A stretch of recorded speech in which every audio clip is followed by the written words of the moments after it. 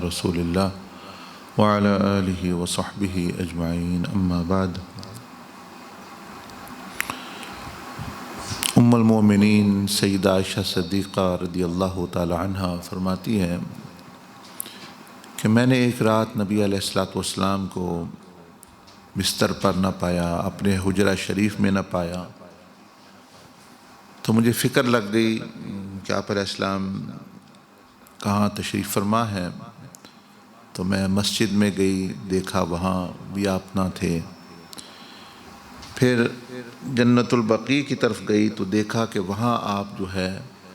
وہ دعا فرما رہے ہیں۔ تو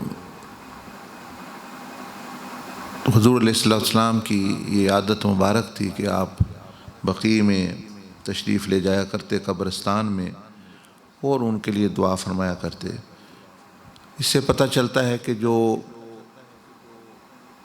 لوگ وفادار ہوتے ہیں، جن میں وفا ہوتی ہے، کیونکہ ان میں جو دفن ہونے والے لوگ ہیں انہوں نے اسلام کے ساتھ نبی علیہ الصلوۃ والسلام کا ساتھ دیا، وفا کی، تو آپ علیہ السلام ان کے جانے کے بعد بھی ان کو یاد کر رہے ہیں، اکیلے یاد کر رہے ہیں، اور خاص طور پر ان کی توجہ جو انہوں نے اور قربانی جو انہوں نے اپنی زندگیوں میں دی، آپ علیہ السلام گویا اس کا بدلہ ان کو، اور شکر گزاری اور ان کے لیے دعا۔ تو اس سے پتہ چلتا ہے کہ یہ بہت بڑی صفت ہے جو کسی بندے میں ہو، شکر گزاری۔ ہم تو اکثر دنیا میں ہی جو لوگ ہم پر نیکی کرتے ہیں اور ہمارا کچھ ساتھ دیتے ہیں یا کسی قسم کی کوئی چھوٹی بڑی مدد کرتے ہیں، ضرورت نہ ہو تو ہم ان کو بھی بھول جاتے ہیں، ضرورت ہو تو یاد رکھتے ہیں۔ وہ تو پھر اپنی ضرورت کے لیے ہوا، ضرورت نہ ہو، کام نہیں ہے، تو پھر سمجھتے اب یہ ہمارے کس کام کا۔ لیکن یہاں یہ حالت ہے کہ وہ دنیا سے ہی چلے گئے، تو دنیا سے ہی چلے گئے، لیکن آپ علیہ السلام یاد رکھ رہے ہیں کہ یہ ہمارے ساتھ جہاد میں، ہمارے ساتھ مسجد میں، ہمارے ساتھ دین اسلام کی خدمت، اور جو انہوں نے قربانیاں دی۔ تو اس سے ایک تو یہ پتہ چلتا ہے کہ بندے کو ان لوگوں کو یاد رکھنا چاہیے کہ جو مشکل میں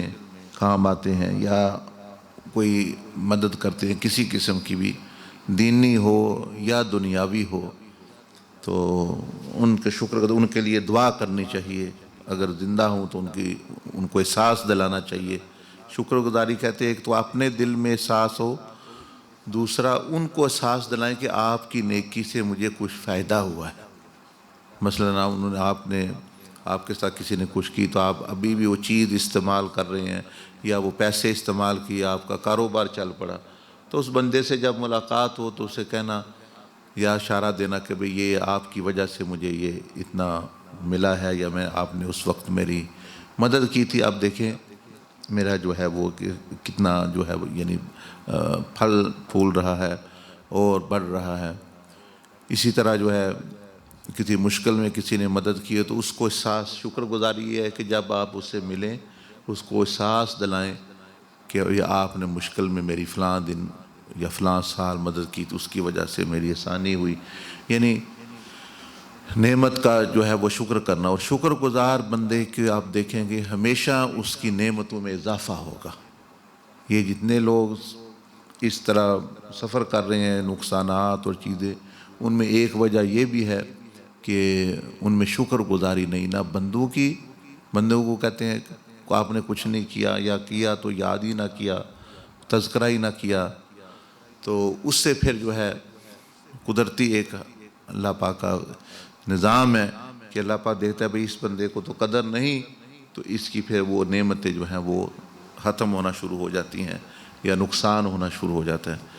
وہ شکر گزاری کے بارے میں اللہ پاک نے یہ بیان فرمایا لَإِن شَكَرْتُمْ لَأَزِيدَنَّكُمْ، شکر کرو گے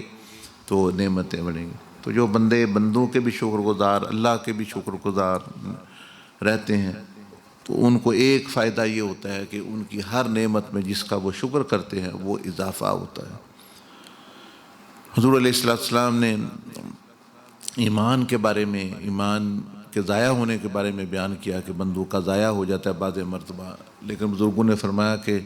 جو بندہ چاہتا ہے اس کا خاتمہ ایمان پر ہو، وہ میں ایمان کے ساتھ مروں، تو ایک عمل اس کا یہ بھی ہے کہ وہ شکر کیا کرے۔ مثلا 24 گھنٹے میں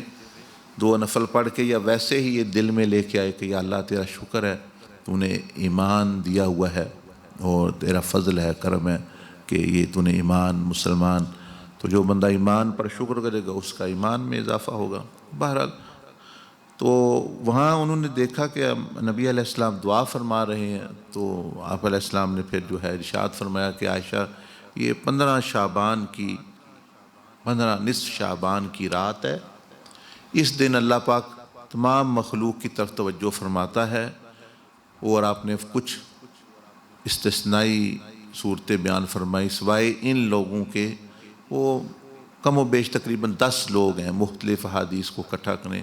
فرمایا ان مطلب یہ ہے کہ ان 10 کسی میں 4 کسی میں 3 کا ذکر بھی آیا، اور اکٹھا کریں تو بھائی ان 10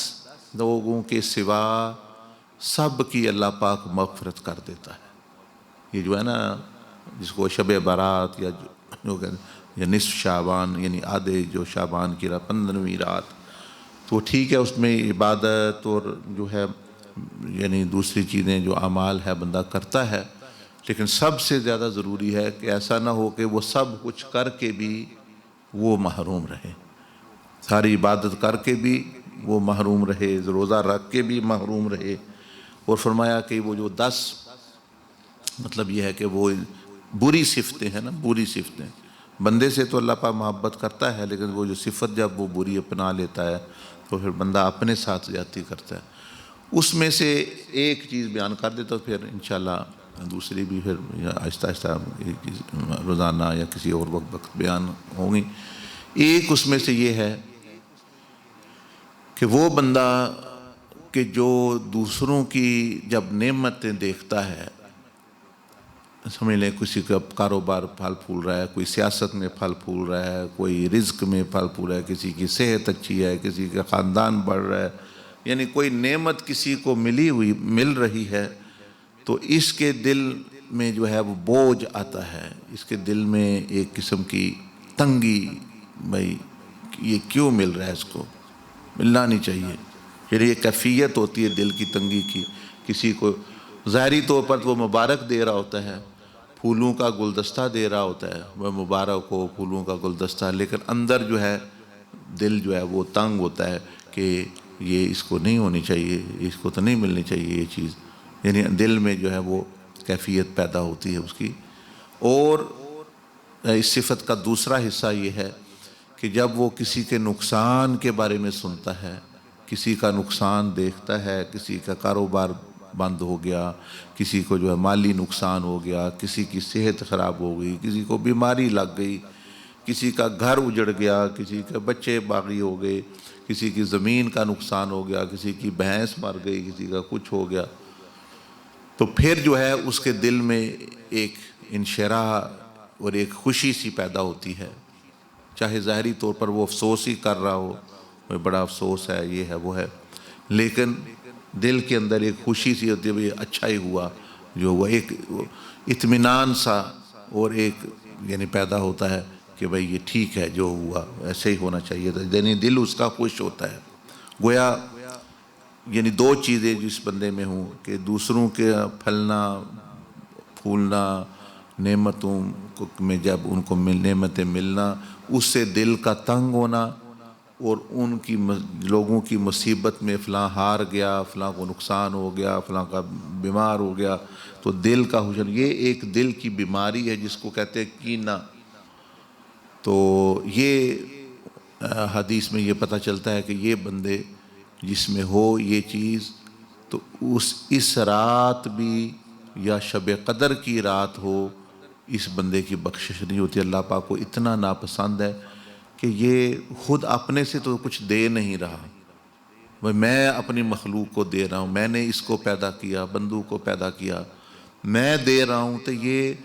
اس پر بھی ناخوش ہے، میں دے رہا ہوں اور میری تقسیم پر یہ اعتراض کر رہا ہے اور بندوں کا جو ہے یہ برا چاہتا ہے، تو یہ مطلب انتہائی بری چیز ہے۔ اسی طرح جو ہے اللہ جل مجدہ دیکھتا ہے کہ اگر کوئی بندہ نقصان میں ہے تو کسی کا نقصان ہو یا ہمدردی اور غمخواری اور مدد و نصرت کرنے کی بجائے یعنی خوشی یہی چاہنا کہ نقصان ہو، تو اللہ پاک دیتا ہے بھئی یہ بندوں کا دوسروں کا ہمیشہ یہ نقصان چاہتا ہے، اسی میں خوش ہے اور دوسروں کے پھلنے پھولنے میں۔ تو یہ جب معاملہ ہوتا ہے یہ تو بہت بری چیز ہے۔ اس کا تو بس چلے تو یہ ساری دنیا کو آگ جلا دے اور مطلب یعنی دنیا کو تباہ کر دے، صرف اس کے بس میں کی چیز نہیں۔ تو اس کو پھر یہ نقصان دیتی ہے۔ کیسے نقصان دیتی ہے؟ کہ جب یہ بندوں کے ساتھ اس طرح کرتا ہے تو اللہ پاک کی طرف سے اس طرح کا معاملہ اس سے ہوتا ہے، پھر اس کو جو ہے وہ خوشیاں پھلنا یعنی پھولنا وہ نہیں ملتا، بلکہ جو ہے یہ دوسروں کا جس طرح کہتے ہیں نا۔ اب آخری بات کر کے آپ کو، یہ جو ماہر نفسیات لوگ ہیں، دماغ کے جو ماہرین اور اس طرح کے، وہ کہتے ہیں کہ، اور حدیث شریف میں بھی اشارہ بھی ملتا ہے اس طرح کہ جب بندہ مثلاً کہہ لیں یہ خوشی ہے پڑی ہوئی مثال کے طور پر، تو یہ پیپر ہے، یہ خوشی ہے، کہتے ہیں کہ جب بندہ یا مصیبت ہے، مثال ایک چلو دونوں مثالیں لے لیں، کہ جب بندہ مثلا یہ کسی کو مصیبت آ گئی یہ پڑی ہوئی ہے، میں کہ جب بندہ کسی کی مصیبت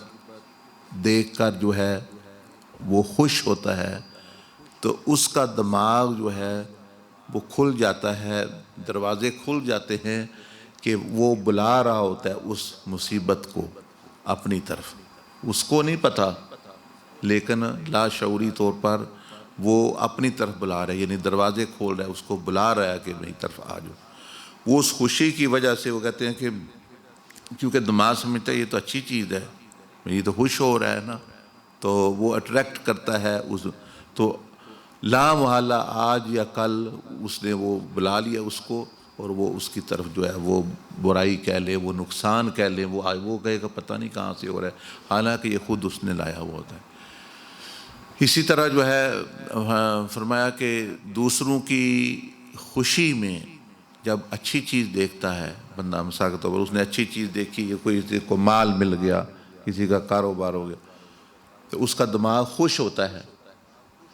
دماغ خوش ہوتا ہے۔ تو جب دماغ خوش ہوتا ہے تو دماغ میں دروازے کھل جاتے ہیں کہ وہ خوشی جو ہے وہ وہاں سے سفر شروع کر دیتی ہے اس کی طرف آنے کا۔ ہاں، مہینے بعد، 2 مہینے بعد، 3 مہینے بعد وہ خوشی جو ہے وہ اس تک جو ہے وہ پہنچ جائے گی۔ اور کیونکہ یہ اس نے، اور اگر اس بندے نے مثال کے طور پر یعنی یہ پریشان ہوا ہے کسی کی پریشانی میں، وہ بندہ پریشان ہے تو یہ بھی پریشان ہو گیا ہے، اس نے اپنے پر دروازے بند کر دیے اس پریشانی کے، اس تک نہیں جو ہے وہ پریشانی آئے گی۔ تو یہ کہ دین میں بھی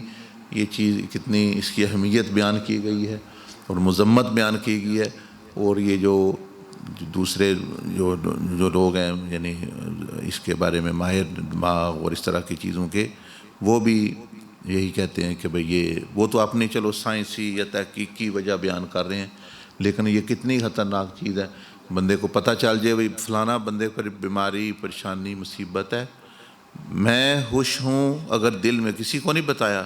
اب میں اپنی طرف اٹریکٹ کر رہا ہوں، اس نے ٹریول کرنا شروع کر دیا میری طرف جو ہے، میں نے اس برائی کے لیے دروازے کھول لیے، اس نقصانات کے لیے دروازے کھول لیے، اپنے اس نے میری طرف آنا ہے۔ اسی طرح جو ہے دوسروں کی خوشی میں خوش ہونا، آپ نے اس خوشی کو آپ بلا رہے ہیں، وہ آپ کی طرف آنا شروع ہو جائے گی۔ تو اس طرح سے تو اس لیے اس میں نقصان ہی نقصان ہے، مطلب یہ ہے اپنا بھی نقصان اور دوسروں کا بھی نقصان۔ تو اللہ جل مجدہ مجھے بھی آپ کو توفیق عطا فرمائے کہ ایسی برائیوں کو دور کرنا جس سے بندہ اتنی مبارک راتوں میں بھی خیر سے محروم ہو جاتا ہے، سکون سے محروم ہو جاتا ہے، اللہ کے قرب اور بخشش، جب دوسری ساری مخلوق کی بخشش ہو رہی ہوتی ہے اور یہ جو ہے وہ محروم بیٹھا ہوا ہے صرف ایسی برائی، اور اس کو نقصان ہے۔ اگر نہ بھی کوئی اللہ پاک ناراض ہو پھر بھی بری چیز ہے، یہ بری چیز سے بچنا چاہیے، یعنی دیکھیں یہ بری چیز ہے ہی بری چیز، اللہ پاک آپ کو مجھے بھی سب کو توفیق عطا فرمائے. جزاکم اللہ خیرا. کوئی بات پوچھنی ہے پوچھ لیں ورنہ پھر جو ہے انشاءاللہ.